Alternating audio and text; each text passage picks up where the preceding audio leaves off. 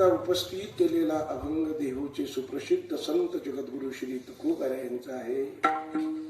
अभंग 3 चरणात आहे.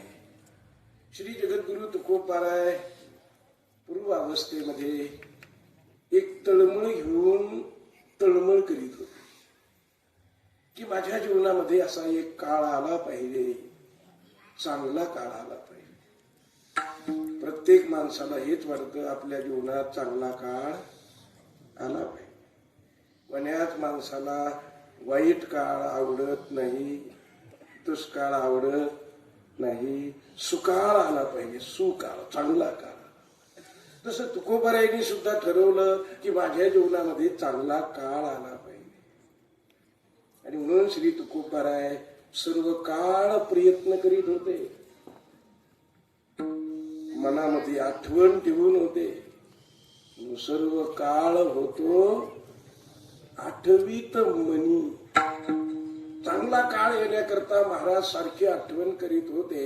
एक दिवस महाराजांनी जो काळ चांगला ठरवला होता तो काळ आला. कोणता काळ महाराजांनी चांगला ठरवला होता? सुकाळ कोणता ठरवला होता? की माझ्या जीवनामध्ये संतांची भेटी झाली पाहिजे. या काळाला तुकोबारायाने चांगला काळ ठरवला होता आणि त्या ठरवल्याप्रमाणे महाराज प्रयत्न करीत होते. सर्व काळ होतो आठवीत मनी. मनामध्ये रात्रंदिवस दिवस ध्यास लागला होता आणि एक दिवस असा सुंदर उगवला, फिटली ते धनी येणे काळे.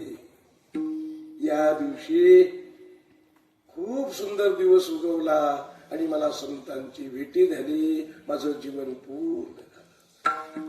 मला संतांची भेटी झाल्यानंतर संताकडे मी बघितलं तर मला असं दिसलं, सुख म्हणजे संत आहेत आणि संत म्हणजे सुख आहे. दुसरीकडे कुठं सुख नाही, दुसरं सुख नाही. सुख म्हणजे संत आहेत. मी त्यांना डोळे भरून पाहिलं, त्यांचं दर्शन झालं मला आणि त्याच्यातून मला कळालं की सर्व सुखे आजी येथेची ओळली. सर्व सुख इथंच ओळलेलं आहे. इथे म्हणजे कुठे? संतांची देखील चरणांमध्ये. संतांच्या चरणांबुजामध्येच सर्व सुख आहे. संतच सुखी आहेत असा माझा दृढ निश्चय झाला. अशा सुखी संतांचं मला दर्शन झालं. माझं जीवन धन्य झालं. माझ्या जीवनात चांगला काळ आला.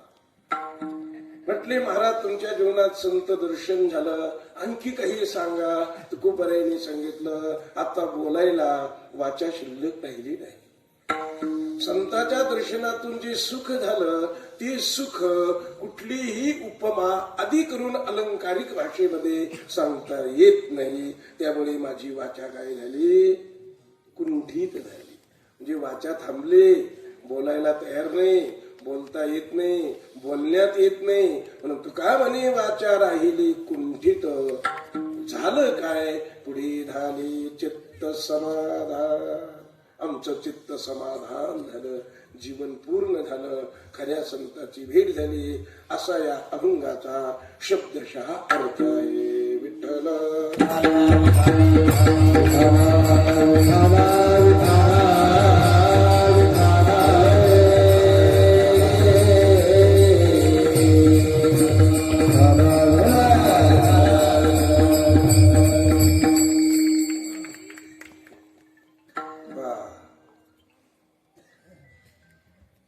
श्री तुकोबाराय सर्व काळ चिंतन करीत होते. काळ शब्द आपल्याला माहित आहे. काळ शब्द सर्वांच्या परिचयाचा आहे. प्रत्येक जण काळामध्येच आलेला आहे. काळातच राहतो आणि काळातच जातो. काळाचे 3 प्रकार आहेत. आता चाललेला जो असतो त्याचं नाव वर्तमान काळ असतं. पाठीमागं झालेलं सगळं बोलू नका. परत आजचा कीर्तनकार तुमचे प्रश्न उत्तर घेण्याकरता आलेला नाही.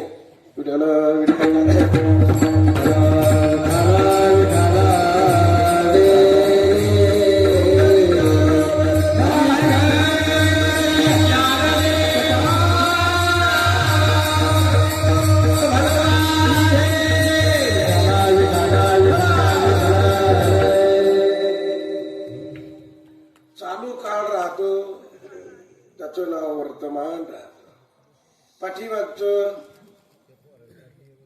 भूतकाळ राहतं, आणि पुढे जो होणारा असतो त्याचं नाव भविष्यकाळ.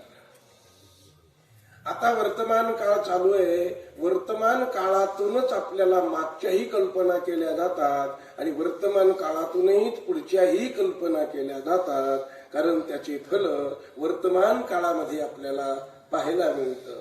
जे वर्तमान काळात पाहायला मिळतं त्याच्यावरून मागचा अंदाज काढता येतो, अनुमान करता येतं.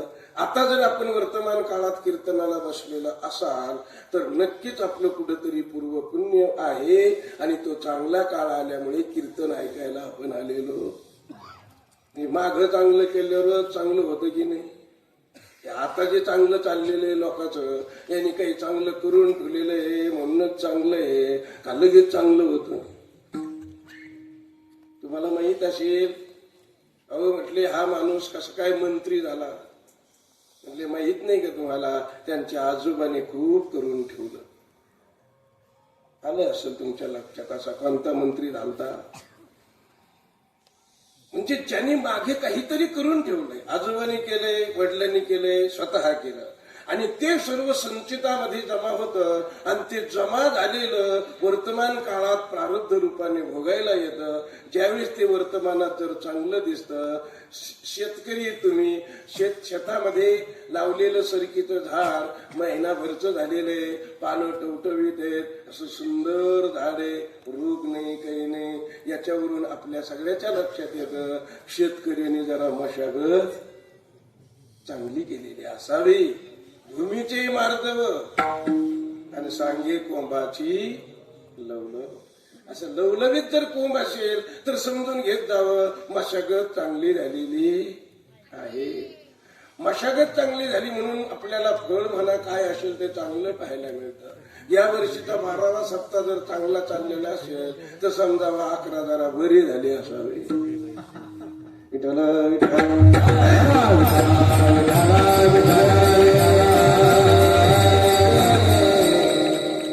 आपला विषय चाललेला आहे, माग काहीतरी चांगलं केलेलं आहे ते वर्तमान काळात पाहायला मिळतं आणि त्याच्यावरून ठरवता येतं यांनी माग चांगलं केलेलं आहे.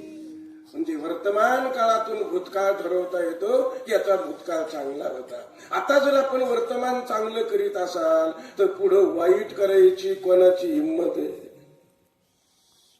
आपण जर आता सध्या चांगलं करीत असाल तर या काळात आपण जे चांगलं केलंय ते चांगलं केलेलं एक दिवस उपभोगायला मिळाल्याशिवाय राहत नाही. असा सुंदरसा हा कर्म सिद्धांत आहे. केले कर्म झाले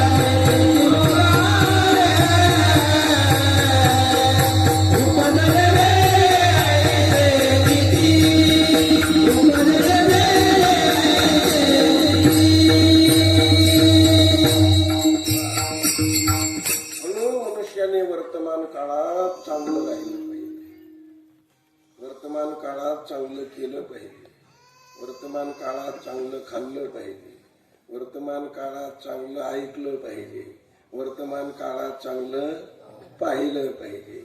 सगळं जर चांगलं वर्तमान काळात केलं तर पुढं वाईट कसं होईल सांगा? कधीच होणार नाही. काही लोक वर्तमान काळात काही खातात, कुठेही खातात, कसंही खातात, केव्हाही खातात. अशा माणसाच्या जीवनात काही होतं, कुठेही होतं, कसंही होतं. लोक म्हणतात असं झालं कसं, काही म्हणतात असं होणारच होतं, आम्हाला माहित आहे. म्हणून जीवनामध्ये कोणता काळ चांगला ठेवावा? वर्तमान काळ चांगला ठेवा. आपण सगळेजण वर्तमान काळात आहोत म्हणून वागत असताना वर्तमान काळात माणसाने चांगलं वागावं.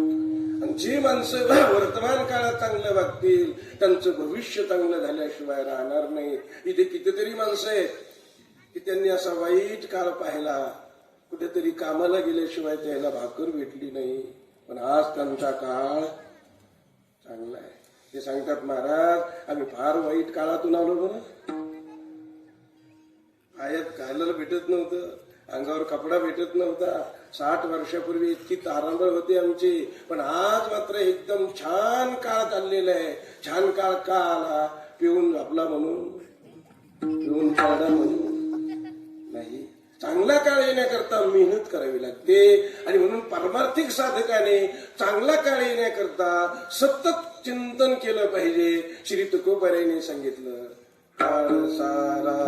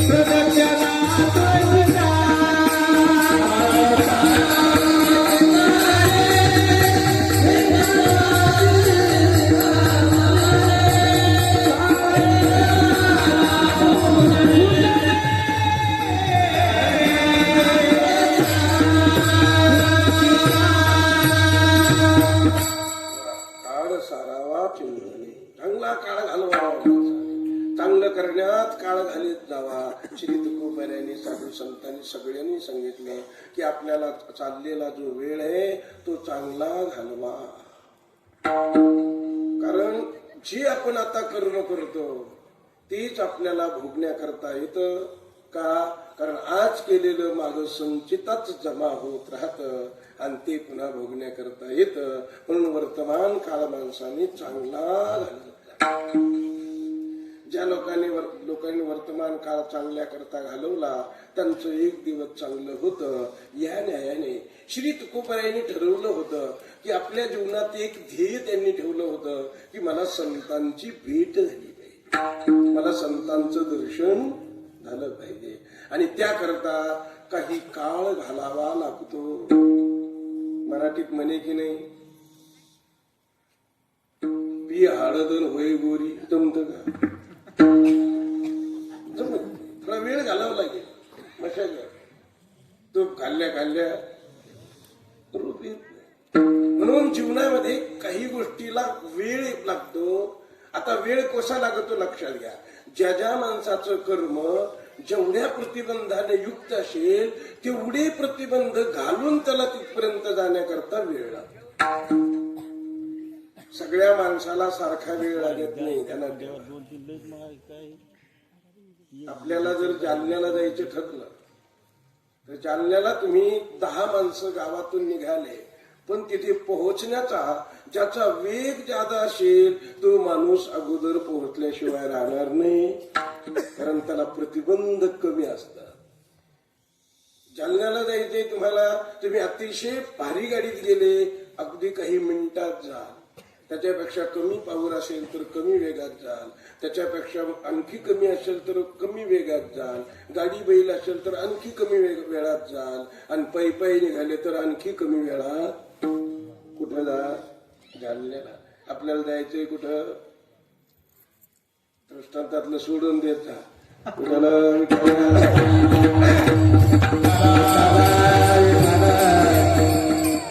जायचं जालन्याला नाही जायचं. हे आपल्या गावातला बाजार दररोज जालन्याला, जालन्याला नाही जायचं. आपल्याला जायचं आपल्या मूळ स्वरूपाला. श्री तुकोबारायला जायचं, संतापर्यंत भेटीपर्यंत जायचंय, आपल्या मूळ स्वरूपाला जायचंय. आणि आपल्या मूळ स्वरूपाला जाण्याकरता आपण विवेक घ्यायला पाहिजे की नाही. म्हणून तुकोबारायाने सांगितलं, करावी तातडी विवेक घ्यायला. ज्यांनी माळे घातलेले असतात त्यांनी भरपूर भजन करायला पाहिजे की नाही. म्हणजे देवाकडे जायचं असलं तर बरं, नुसतंच माळकरी राहायचं असलं तर असंच राहा, काही वेगळं. पण ज्याला देवाकडे जायचे त्यांनी भजनाचा वेग घ्यावा. जया परमार्थी चाड त्यांनी सांडावे लिगाड, आणि धरून भजनाचे चाड, आणि नित्य नेम सांडी मांडी परते ठाकीन वासुदेव नाम होती, मग मोक्ष येईल सुखी नामस्मरता. म्हणजे वेग घेतला पाहिजे. ज्यांनी माळी घातल्या त्यांनी भजन करण्याकरता वेळ घेतला पाहिजे. ज्यांनी माळीच घातल्या नाही त्यांनी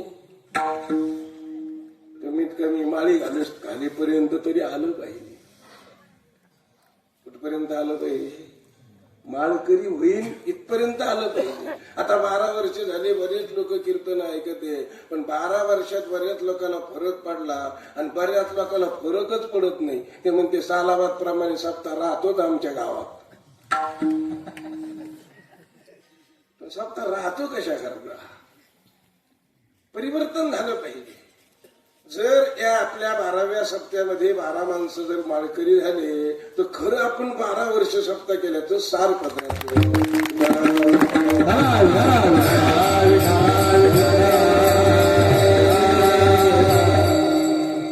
यावं कोणी माळीपर्यंत आता 12 वर्षात का व्हायला? काळ खाल्ला विषय. गेले 12 वर्ष काही घ्यायचे नाही समजलं त्यांना.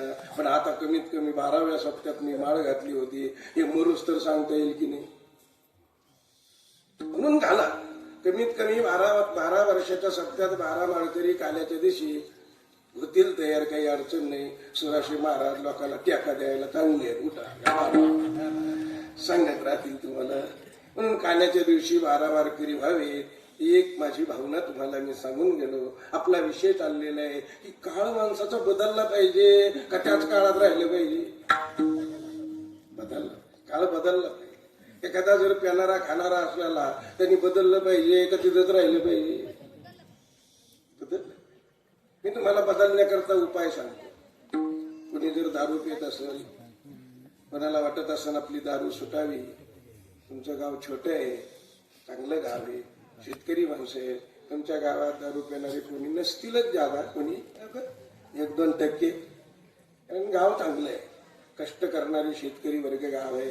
पण मी ज्याला दारू सोडावी वाटते, सुटत नाही, अनेक ठिकाणी जाऊन आले, केंद्रावर गेले, इंजेक्शन घेऊन आले, पण काही फरक पडला.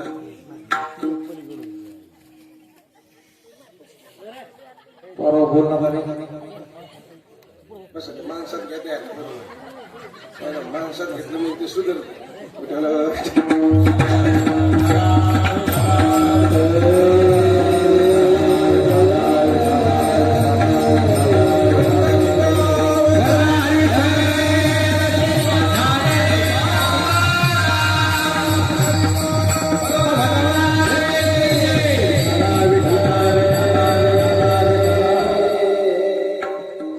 म्हातारबाबाचं उदाहरण सांगू का?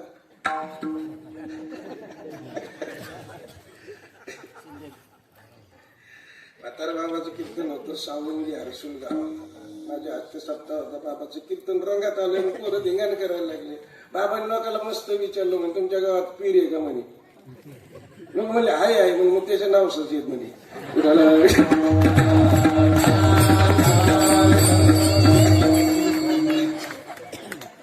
बाबाचे शब्द होते.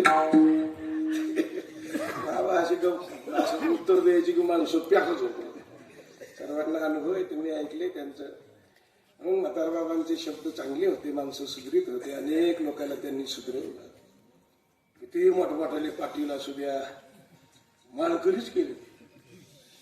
त्यांच्या घरी गेले जेवायला, कीर्तनाच्या अगोदर विचारित होते माळ आहे का? म्हणजे नाही. फॅटान तुला की पाकलात घालायची की निघ. ते माणूस तर परेशान व्हायचे. नाही जेवणार त्या घरी माळ नाही त्या गाड्या घालतो का माळ? असे बारीक बोलायचे. म्हणून परिवर्तन त्यांनी भरपूर समाजामध्ये केलेलं आहे. असे परिवर्तन करणारे महात्मे भेटले पाहिजे का पैसे नेणारे भेटले पाहिजे?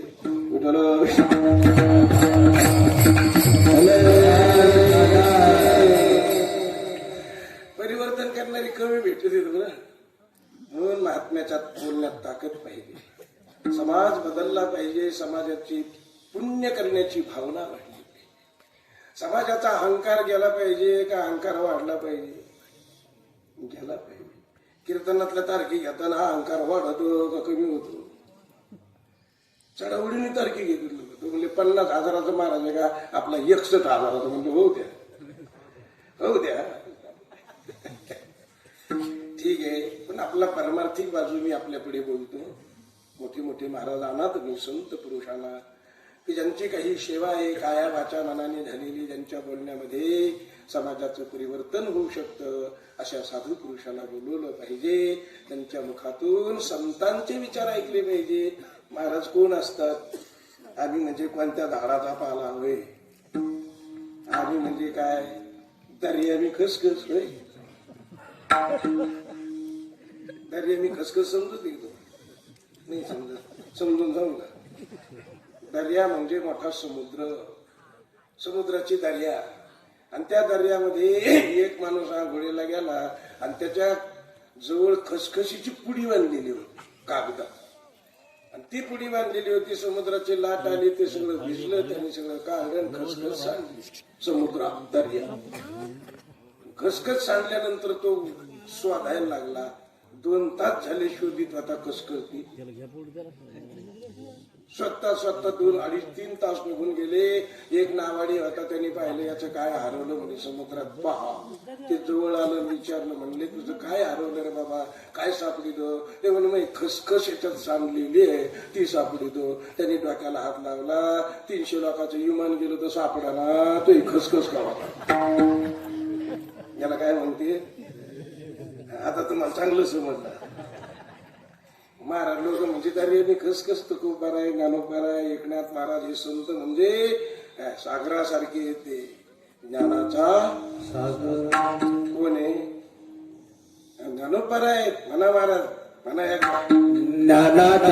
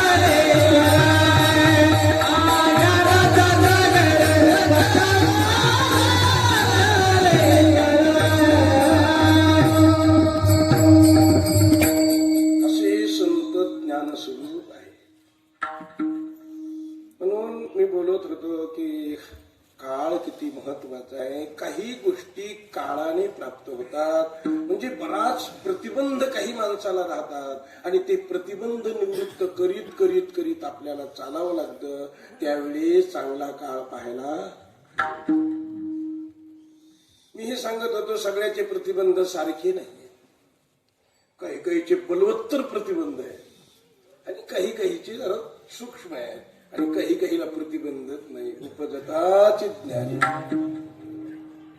श्री गुरुचिंतेची वेळ झाली की ज्ञान होत जात. उत्तम अधिकारी. श्री गुरुची वेळ झाल्यावर लवकर ज्ञान होत नाही. पुन्हा पुन्हा महाराजाला विचारितच राहत, महाराज सांगत राहतात. मग काही दिवसांनी ज्ञान होतं. आणि काही काही अति मंद अधिकारी असतात, त्यांना बरीच वर्ष घालावे लागतात, तेव्हा त्यांना ज्ञान होतं. आणि काही काहीचा जन्म जातो तरी ज्ञान होत नाही. मग त्यांना पुढच्या जन्मात ज्ञान होतं. व्हायला जात नाही बरं.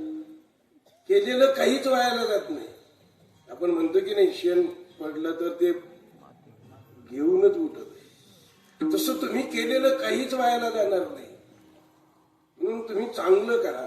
ज्यांनी 7 दिवस ज्ञानेश्वरीचं पारायण केलं, कथा ऐकली, 7 दिवस सप्त्यातच राहिला, त्याचं जसं व्हायला जाणार नाही. जे 1 दिवस नुसतं भांडाऱ्याच्या प्रसादाला आला त्याचं बी व्हायला जाणार नाही. फक्त फरक पडेल की नाही? काय फरक पडेल? ज्याने 7 दिवस केले त्याला जास्त मिळेल, आणि जे कमीत कमी आलं त्याला कमी मिळेल. हे तुम्हाला असं ओळखू येत नसेल तर एखाद्या सप्त्यात तुम्ही जाऊन पहा, 7 दिवस राहा, शेवटच्या दिवशी पाकिट पहा, आणि 1च दिवस जाऊन पहा, शेवट दिवस पाकिट पहा.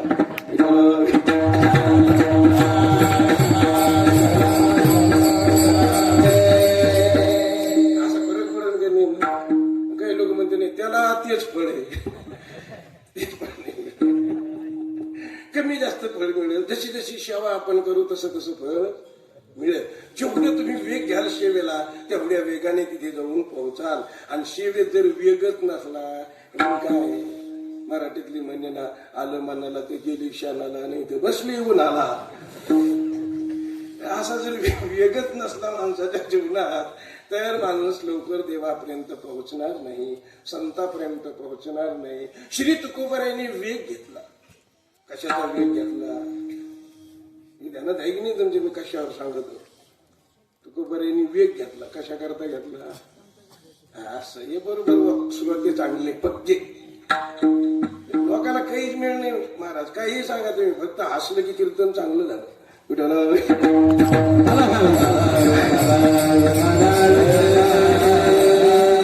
आपला मुद्दा काय चाललेला आहे? सर्व काळ काळ शब्दा संबंधाने मी आपल्याला बोलतोय की श्री तुकोबारायांनी वेग घेतला. तुकोबारायला संत भेटीची तीव्र तळमळ लागलेली होती, आणि ज्या माणसाला तळमळ लागलेली असते का त्या माणसाला झोप येत नाही ना. आता तुम्ही सप्ताह करायचं ठरवलं, 2 महिन्यापूर्वी एक मिटिंग घेतली असेल महाराजांनी. काय काय लोकांना लय उल्हास मोठा झाला पाहिजे, सप्ताह असा झाला पाहिजे, सप्ताह तसा झाला पाहिजे, आणि त्या मिटिंगेत ते एवढे आनंदी होऊन जाते, आणि त्याच्यावर थोडी थोडी जबाबदारी येते. त्याला झोपत येत नाही रात्रात. कसं काय महाराज भेटत येईल, कसा सप्ताह होईल, अशी त्याला चिंता निर्माण होते. आणि ज्याला काही घेणं देणं नसते, आले म्हणून आले आणि गेले म्हणून गेले, कोणता महाराजाला काही झालं काही घेणं नाही, त्याला काही त्यात चिंता आहे का? काही नाही, ते मस्त झोपत येत. काही काही लोक आता मस्त झोपलेले आहेत त्यांची नाही, काही चिंता नाही. आले महाराज गेले महाराज, काही चिंता नाही. काही काही बिचारे चांगले आहेत, बिचारे इथं येऊन का व्हायना कीर्तनात बसते की नाही, झोपा नाका पण घेते की नाही, ते तरी चांगले आहेत बिचारे, प्रयत्न करतात बिचारे. चांगला आहे. प्रयत्न माणसाने अवश्य केला पाहिजे. आपला विषय चालला की जर माणसाच्या जीवनात जबाबदारी आली किंवा त्यांनी काही ध्येय धोरण ठरवलं तर ते काम होऊस तर त्याला झोप येत नाही. हे तुम्हाला याच्यातून नाही कळणार. पण तुम्ही पोरीचं लग्न धरल्यावर झोप येते का? 12 वाजता मंडपाला फोन करतो, बरं का ऐकून कामाला लावली पाहिजे, माझ्या ध्यानात आला आता. म्हणजे जे जे ध्यानात येईल ते ते माणूस कधीही सांगतो. मंडपवाल्याला, स्वयंपाकवाल्याला, याला त्याला, का त्याला ते महत्वाचं की आपलं लग्न चांगलं झालं. लग्न झाल्यानंतर वाट लावलं सगळं, लग्न निवांत होतं आणि मग मस्त झोप घेतो. का? कारण आता जे व्हायला पाहिजे ते झालं. तसं तुकोबारायांनी ठरवलं काय व्हायला पाहिजे, मला संतांची भेट व्हायला पाहिजे, असं ध्येय धोरण त्यांनी ठरवलेलं असल्यामुळे मी सांगून गेलो, काही लोकांना वेळ लागतो.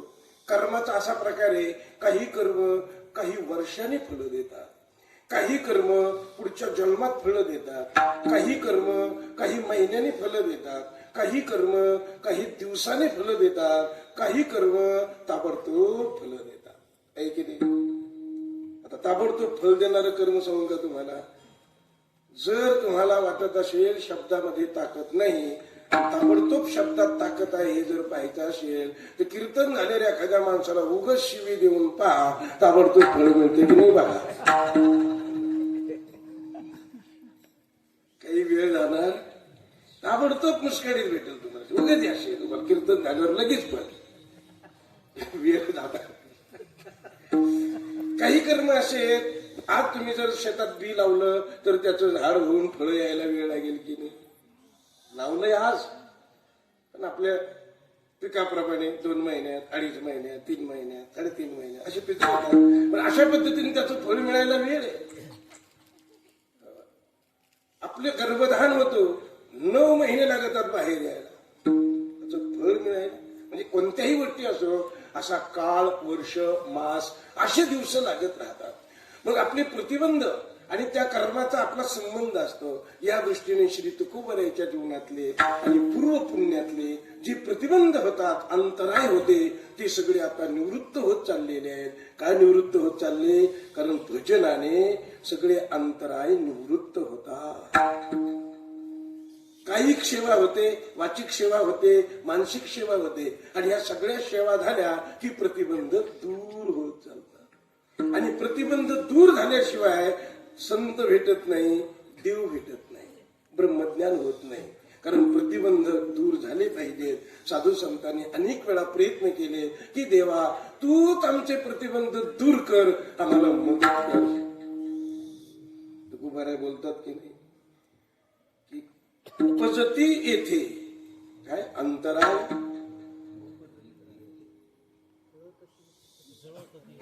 जळत ती येते, उपजती अंतराय. सायासाची जोडी माझे तुमचे पाय, हे देवा करता प्रतिबंध सांगितले. तसे संत भेटी करता सुद्धा प्रतिबंध आहेत. का? कारण संताची भेट दुर्लभच आहे. संतही सहज भेटतात का? नाही. म्हणून संताची भेट अत्यंत दुर्लभ असल्यामुळे श्री तुकोबारायांनी ठरवलंय जीवनामध्ये की मला संत भेटले पाहिजे. आणि मग पूर्व कर्माचा सुंदरसा संयोग प्राप्त झाला. मागचं पाप सगळं तो जळून गेलं आणि संत भेटी एवढं पूर्व पुण्य सन्मुख झालं, उदयन्मुख झालं. आणि तुकोबाराय म्हणायला लागले, वा आज माझं जीवन पूर्ण झालं. कारण श्री तुकोबाराय साधना करीत असताना, भंडाऱ्या डोंगरावर भजन करीत असताना भजन देवाचं करीत होते आणि संत भेटीची तीव्र तळमळ लागलेली होती की मला संत केव्हा भेटतील.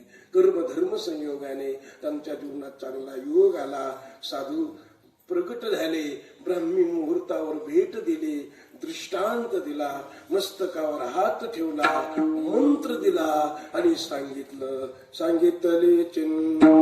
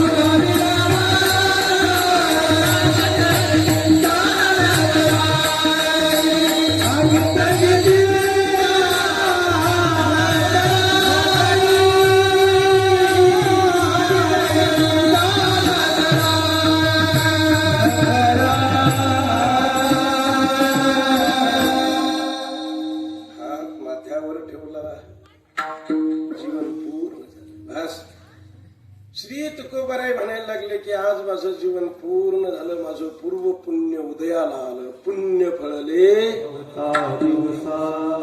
भाग्य उदयाचा ठसा, झालो सन्मुख तो कैसा संत चरण पावलो. मला या संतांची भेटी झाली, माझं जीवन पूर्ण झालं. मी खूप दिवसापासून या गोष्टीच्या तळमळीत होतो, रात्रंदिवस ध्यास करीत होतो. तो आज दिवस प्राप्त झाला.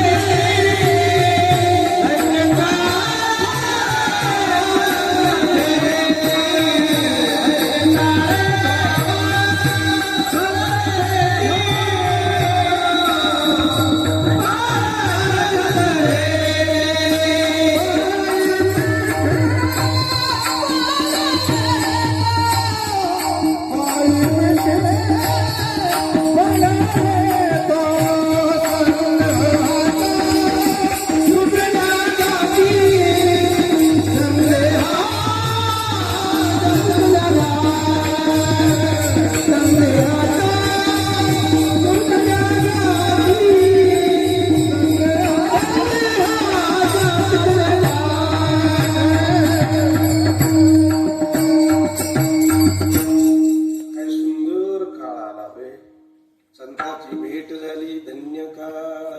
आणि संत भेटल्यामुळे आता संशय राहिलाच नाही. संध्य म्हणजे संशय. संत भेटला की संशय राहिले नाही पाहिजे.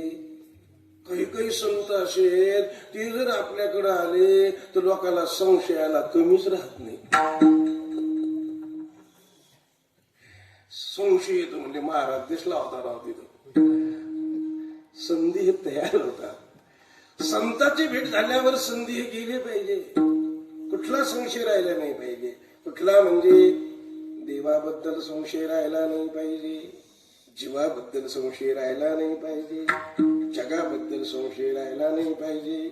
जीव हा ब्रह्मरूप आहे असं निसंदेह ज्ञान झालं पाहिजे. हे संतांच्या भेटीतच झालं पाहिजे. तिथंच ते होत असतं. म्हणून संदेहाच्या सुटल्या गाठी आणि झालो पोटी शीतळ. श्री तुकोबारायचं जीवन पूर्ण झालं. खूप आनंद झाला तुकोबारायला. जीवन पूर्ण झालं. कारण तुकोबाराय सर्व काळ तो ध्यास धरून होते की मला संत भेटले पाहिजे. हे अभंगाच्या दुसऱ्या चरणात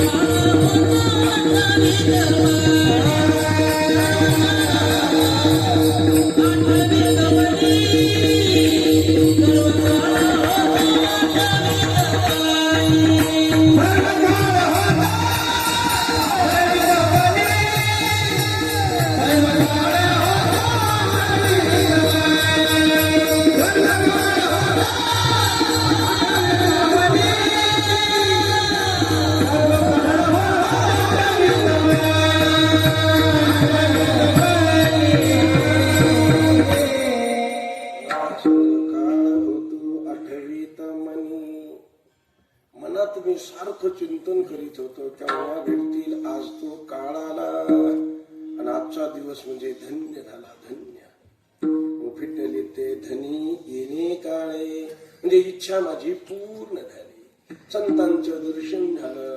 श्री तुकोबारायला संत म्हणजे सुख असा यथार्थ अनुभव आला. सुख म्हणजे सर्वांना माहिती आहे की नाही. सुखाचा अनुभव सगळ्याला आहे.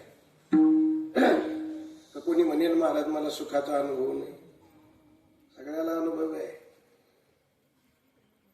फक्त फरक एवढाच आहे नित्य सुखाचा अनुभव नाही, क्षणिक सुखाचा अनुभव सगळ्याला आहे. सुखाचा अनुभव आहे म्हणून माणसं मस्त जगते.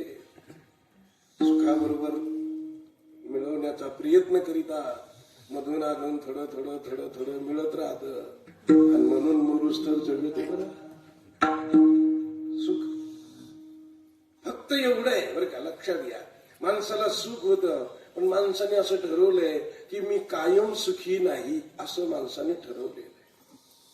आपण सगळ्यांनी ठरवलं की नाही आपण कायमचे सुखी आहेत का तेवढ्यापुरते सुखी आहेत. कोणाला असं वाटतं का मी कायमचा सुखी आहे? नाही वाटत. सामान्य रूपाने माणूस दुसऱ्याला सुखी समजण्यामध्ये जास्त वेळ देतो किंवा जास्त पणाने बोलतो की दुसरा माणूस सुखी आहे पण मी मात्र एवढा काही सुखी नाही. बघा, कोणालाही विचारा गावातल्या एखाद्या माणसाला त्यांचं कसं काय चाललं म्हणजे त्याचं काय पाहायचं बा खूप चांगलं द्यायचं गाडी घोडी पैसा अडका मस्त आहे सुखी आहे. म्हणजे तुमचं कसं काय चाललं आपलंही बरं आहे पण थोडं काही त्याच्यापेक्षा जरा माणूस स्वतःला सुखी समजायला तयार नाही. मनुष्य सुखी केव्हा होईल? स्वतःला सुखी समजल्यावर होईल का दुसऱ्या